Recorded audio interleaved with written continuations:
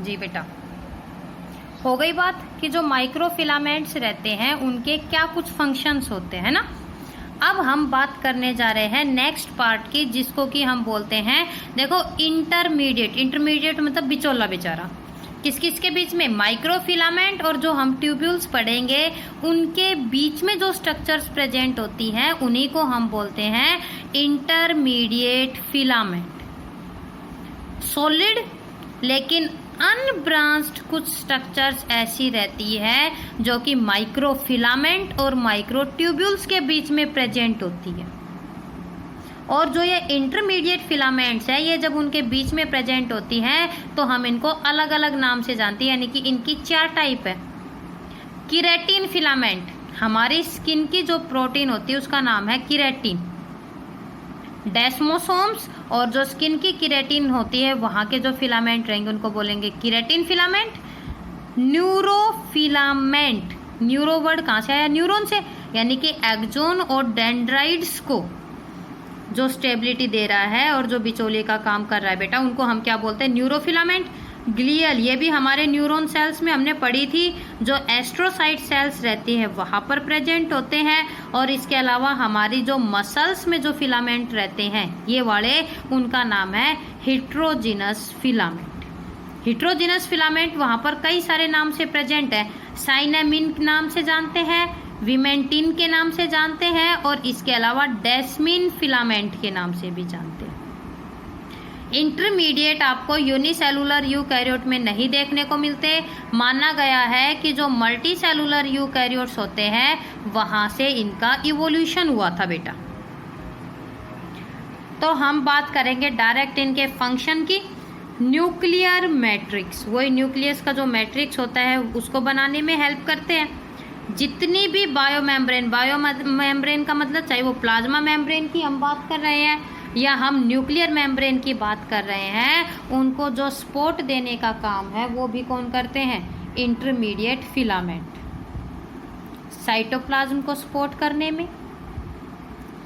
Desmin filament का नाम पढ़ा, और हमने जेड लाइन पढ़ी थी कि 2 जेड लाइन के बीच के स्पेस को बोलते हैं सार्कोमियर। ये सिर्फ उस जेड डिस्क को सराउंड ही नहीं करते, बल्कि हमारी जो सार्कोलेमा, जो मसल्स की जो सार्कोलेमा होती है उसको भी क्या करते हैं बेटा? कनेक्ट रखते हैं। ठीक है, चलो जी, जब हम आगे बात करेंगे इसके फंक्शन की, डेस्मोसोम्स, उनको भी ये लोग क्या करते हैं? सपोर्ट प्रोवाइड करते हैं। एपिथेलियल टिश्यू की इंटीग्रिटी, क्या केमिकल्स है, कैसे केमिकल्स है, उनको मेंटेन करने में। कीरेटिन हमारी सेल्स को मैकेनिकल एब्रेशन से प्रोटेक्ट करती है उस चीज में, और इसके अलावा एक्सोन और डेंड्राइड को मैकेनिकल सपोर्ट देने में ये लोग अपना इंपॉर्टेंट रोल प्ले करते हैं। क्लियर बेटा? इनके फंक्शन इंपॉर्टेंट है, आपको इनके फंक्शंस याद करने हैं। अब नेक्स्ट हम बात करने जा रहे हैं किसकी? माइक्रोट्यूब्यूल्स। अनब्रांच्ड कुछ ट्यूब्यूल्स रहते हैं which are formed of tubulin protein. कौन सी प्रोटीन के? ट्यूब्यूलिन प्रोटीन के बने रहते हैं। लेकिन इन माइक्रोट्यूब्यूल की एसोसिएशन को एक केमिकल रहता है, जब हम सेल के क्रोमोसोम्स को स्टडी करते हैं उस टाइम पे उसको इनहिबिट करते हैं, कोल्चिसिन। ये माइक्रोट्यूब्यूल की जो एसोसिएशन होती है उसको रोकता है। सेल डिवीजन के टाइम पे जब स्पिंडल्स बनते हैं उस चीज को रोकता है, और उस टाइम पे हम क्या करते हैं? सेल डिवीजन की स्टडी करते हैं। सेल साइकिल और सेल डिवीजन जो हमारा 3rd चैप्टर आएगा उसके अंदर हम इस चीज को करेंगे।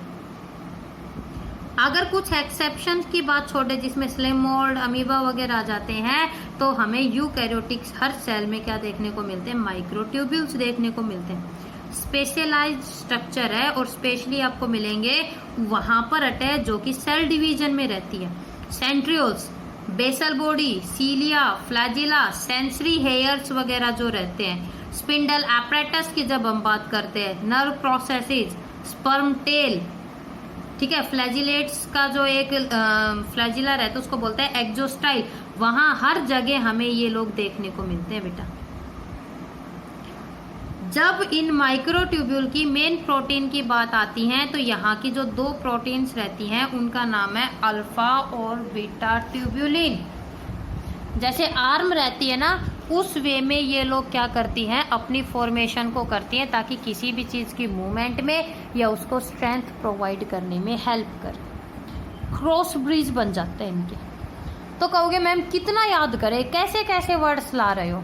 सिर्फ समझाने के लिए ला रही हूँ, नहीं तो अदरवाइज आपको सिर्फ इनका नाम, कौन सी प्रोटीन के ये बने रहते हैं और इनका क्या फंक्शन है तो हो जाएगा।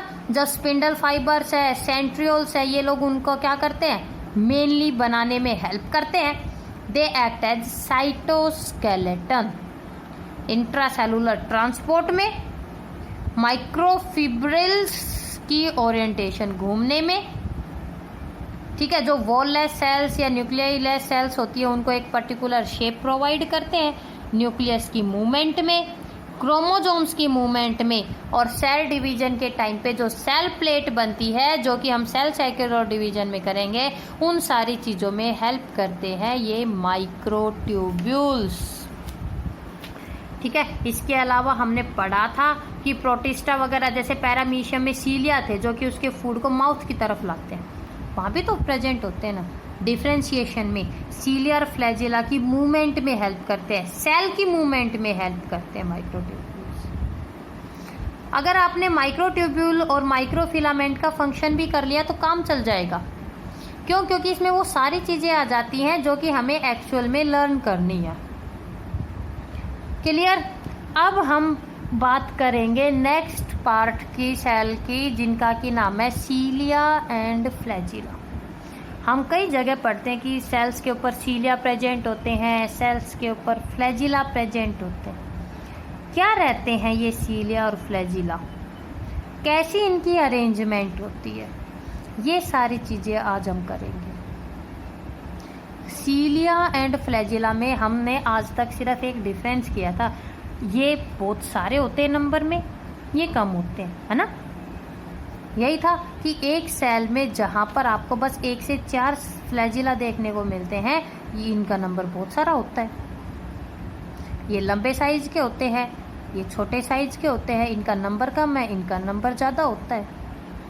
ये करते आ रहे थे, लेकिन अब हम करेंगे इनके स्ट्रक्चर के बारे में। Flagella and cilia hair like movable protoplasmic processes. Hair like structure जो कि प्लाज्मा मेम्ब्रेन से नहीं, सेल के अंदर से साइटोप्लाज्म, प्रोटोप्लाज्म से जो अराइज होते हैं और जिनमें एबिलिटी होती है कि जिनकी वजह से कोई सेल मूव करती है, वो होते हैं ये hair like structure cilia and flagella. आ गया। फ्लैजिला लंबे होते हैं लेकिन कम होते हैं नंबर में, एक सेल में 1 से 4, यानी कि हर स्पीसीज वाइज इनका जो नंबर होता है वो वेरी करता है बेटा, ठीक है। जो प्रोटिस्टा वगैरह है, वॉर्म्स की जो फ्लेम सेल्स होती हैं, इनवर्टिब्रेट की जो लार्वल बॉडीज है, हमारे रेस्पिरेटरी ट्रैक में भी आपने देखा होगा सीलिया प्रेजेंट होते हैं। सीलिया की बात चल रही है कि सीलिया छोटे होते हैं साइज में लेकिन उनका नंबर बहुत ज़्यादा होता है। हमारी ब्रोंकाई में, हमारी ट्रैकिया में सीलिया होते हैं ना, किसी भी डस्ट को, जर्म को ये जाने नहीं देते, लंग्स की प्रोटेक्शन करते हैं हमारे सीलिया। सिगरेट स्मोकिंग, ठीक है, ये जितनी भी चीज़ें रहती है ये धीरे धीरे करके इनको अफेक्ट करती है, लेकिन सीलिया हमारी पूरी ओवरऑल बॉडी को प्रोटेक्शन देने का काम करते हैं बेटा। सीलिया हो या फ्लैजिला हो, इनका स्ट्रक्चर सेम है, कम है, ज़्यादा है, लंबा है, छोटा है, उन सब से जो मेन बात आती है वो ये आती है कि इनका स्ट्रक्चर सेम है। जहाँ से ये अराइज होते हैं, किंगडम मोनेरा में बताया था, उसको बोलते हैं बेसल बॉडी। फिर जैसे रूट्स निकलती हैं एक प्लांट की, उस बेसल बॉडी से जो नीचे की स्ट्रक्चर निकलती है उसको बोलते हैं रूटलेट्स, बेसल प्लेट, और इसके अलावा इनके पास रहती है इनकी शेफ्ट। क्लियर? 1 मिनट।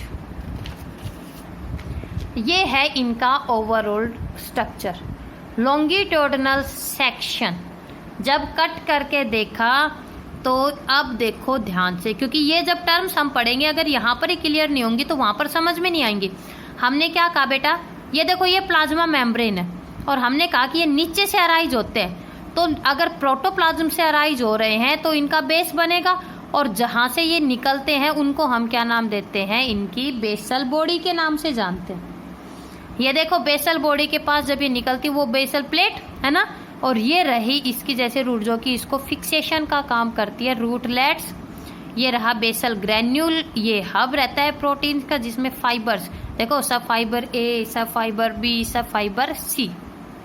क्लियर? तो रूटलेट्स हो गई, बेसल ग्रैन्यूल हो गया, ये बेसल प्लेट हो गई, और जो ये ऊपर का पूरा हिस्सा प्रेजेंट होता है इनका, उसको हम बोलते हैं शेफ्ट। शेफ्ट में अब ध्यान से देखना, बीच में जैसे लैडर होती है इस टाइप की कुछ स्ट्रक्चर्स प्रेजेंट होती हैं, है जिनको कि हम बोलते हैं सेंट्रल सिंगलेंट फाइबर्स, यानी कि बीच में कुछ सिंगल फाइबर्स प्रेजेंट होते हैं और पेरिफ्री पे डबल फाइबर्स है, लेकिन बीच में सिंगल वाले हैं और पेरिफ्री पे है डबल वाले। स्पोक और नोब, स्पोक और नोब मतलब जैसे कि कोई एक दूसरे को अटैच करने में हेल्प करे। तो देखो जो डबलेट है उसमें दो नाम है, सब फाइबर ए और सब फाइबर बी। क्यों बता रही हूँ, क्योंकि ये अब हम आगे करेंगे। ये है लॉन्गिट्यूडनल सेक्शन और ये है इसका क्रॉस सेक्शन।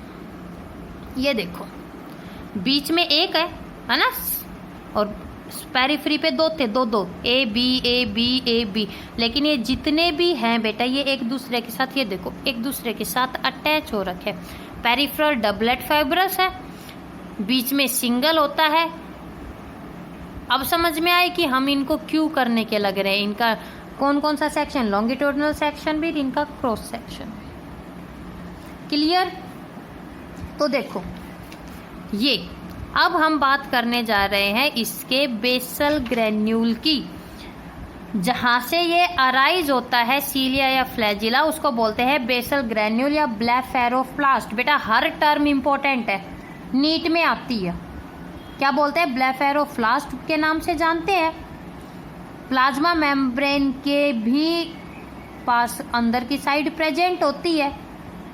क्लियर? ये जैसे माइक्रो सिलेंडर रहते हैं उस टाइप के रहते हैं विद 9 ट्रिपलेट फाइबर्स, यानी कि पेरिफ्री पे हम जो डबल डबल देखने के लग रहे हैं ना, उसमें ये लोग कैसे रहते हैं, 9 तो ट्रिपलेट फाइबर्स की प्रेजेंट में रहते हैं पेरिफ्री पे और विदाउट सेंट्रल। 13 प्रोटोफिलामेंट के नाम से भी जानते हैं और 2 प्रोटोफिलामेंट के नाम से भी जानते हैं। अरे मैम क्या करवा दिया, अभी समझाती हूँ।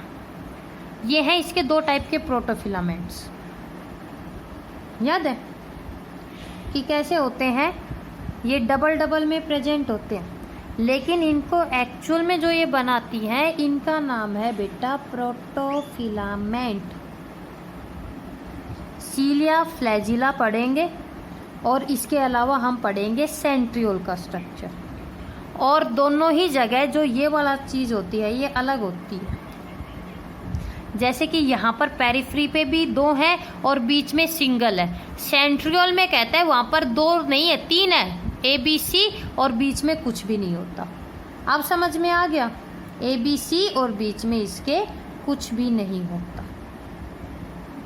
क्लियर? तो जब इन ए बी लिंकर्स की जब हम बात करते हैं तो देखो जो ए वाला है इसमें होते हैं 13 प्रोटोफिलामेंट, जो ये राउंड राउंड शेप का, इसको काउंट कर लेना, इसमें आपको 13 प्रोटोफिलामेंट्स देखने को मिलते हैं ए वाले में। बी वाला जो रहता है वो कैसा रहता है, इनकम्प्लीट रहता है। क्यों? क्योंकि ये अपने कुछ प्रोटोफिलामेंट को इसके साथ शेयर कर लेता है। अरेंजमेंट बता रखी है ए और बी की, तो ए में याद रखना कितने प्रोटोफिलामेंट्स हैं, 13। क्योंकि जब तक हमें ये चीज समझ में नहीं आएगी तब तक हम कभी भी आगे नहीं चल सकते। ठीक है? तो ये प्रोटोफिलामेंट्स क्यों बने, कैसे बने, इसको हम कंटिन्यू रखेंगे हमारे नेक्स्ट लेक्चर से।